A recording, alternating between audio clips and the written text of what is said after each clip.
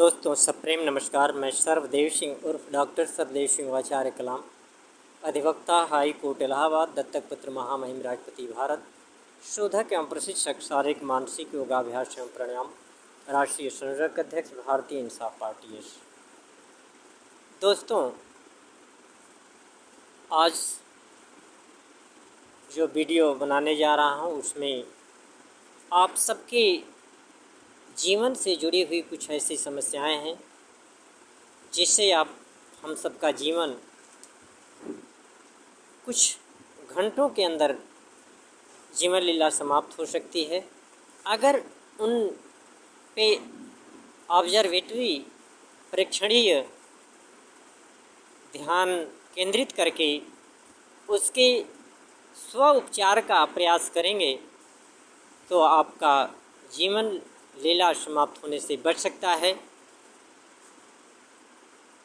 ऐसे तमाम अस्पतालों में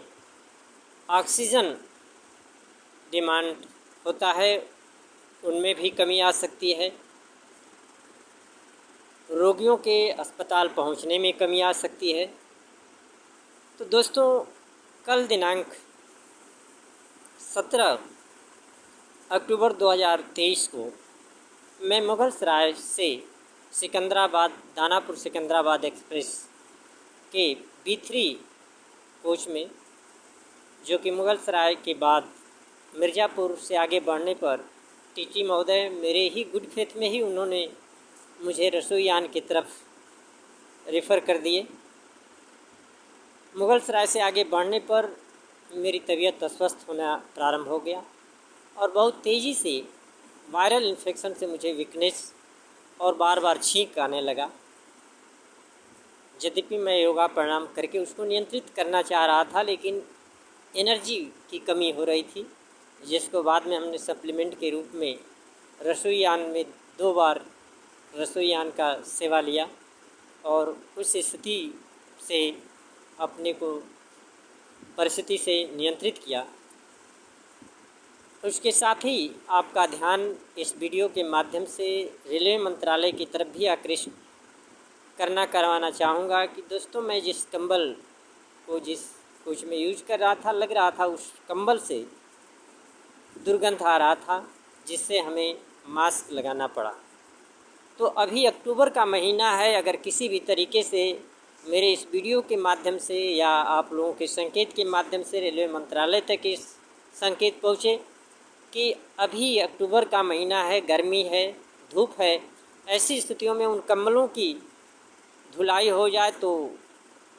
वो जन स्वास्थ्य के दृष्टिकोण से अच्छा रहेगा। आगे मैं अपनी वीडियो संबंधित मैटर पे केंद्रित करता हूँ कि दोस्तों, जब भी किसी भी तरीके से जब भी आप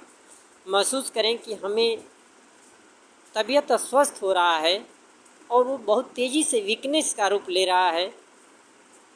यद्यपि कालरा अगर होता है तो उसमें वोमिटिंग, दस्त होना प्रारंभ हो जाता है, डिहाइड्रेशन, कमजोरी की स्थिति होती है, और ये 2-3 घंटे के अंतराल में ही अगर इसको नियंत्रित न किया जाए तो हम सबके प्राण पखेरु इन बीमारियों, वायरल इन्फेक्शन से प्राण पखेरु उड़ भी सकते हैं। तो ऐसी स्थिति जब भी हो, वीकनेस की वजह से हमारे शरीर की इम्यून क्षमता बहुत तेज़ी से घटता है। संबंधित जो इंस्टेंटाइनल आंतों में जो सेक्रेशन है उनमें कमी होता है, जिससे भोज्य पदार्थ जो प्रिजर्वेटिव और पाचक के रूप में वो काम करते हैं, वो दोनों स्थितियाँ समाप्त होती हैं, स्थिर होती जाती हैं। फलतः जो है भोज्य पदार्थ भी लाभदायक स्थिति, अवशोषण इत्यादि से जो एनर्जी देते हैं वो संक्रमित होकर के बैक्टीरिया, वायरल इन्फेक्शन से डिकम्पोज होने लगते हैं, जो कि जहरीले गैसें इत्यादि उसमें बनने लगते हैं और वो भी हानिकारक रूप ले लेते हैं, जिससे स्वास्थ्य पे बहुत तेज़ी से प्रभाव पड़ता है। तो ऐसी स्थिति जो ही आप महसूस करें कि स्वास्थ्य मेरा कमज़ोर हो रहा है, शरीर में वीकनेस हो रहा है, यथाशीघ्र गर्म पानी या ठंडे पानी को पी करके अपने इंटेस्टाइनल स्थिति को स्वच्छ रखें, फ्रेश हों, जिससे कि शरीर में बचे हुए अवशेष भोज्य पदार्थ मलमूत्र के माध्यम से बाहर निकल जाएं, जिससे उसमें किसी तरह का सड़न गलन इत्यादि की स्थिति से दूषित गैसेज इत्यादि के निर्माण से शरीर को बचाया जा सके। इसके बाद आप शरीर को दो चीज़ों की बहुत तेज़ी से आवश्यकता होती है, जो कि वायरल इन्फेक्शन के संक्रमण गति को जो बढ़ रहा है उसको बहुत तेज़ी से नियंत्रित कर सकते हैं। वह जो है एनर्जी, जो ORS घोल हमने जो है, जो लॉकडाउन स्थिति हुआ था उस स्थिति में भी ORS को महिमा को ORS किस तरह से ORS घोल को बनाएं, कैसे यूज़ करें, उसको एक पर्ची पम्पलेट के माध्यम से मैंने वितरित किया था। इस वायरल इन्फेक्शन की भी स्थिति में किसी भी तरीके का है एनर्जी अगर वीकनेस हो रहा है तो ORS घोल या गर्म पानी के साथ बिस्किट इत्यादि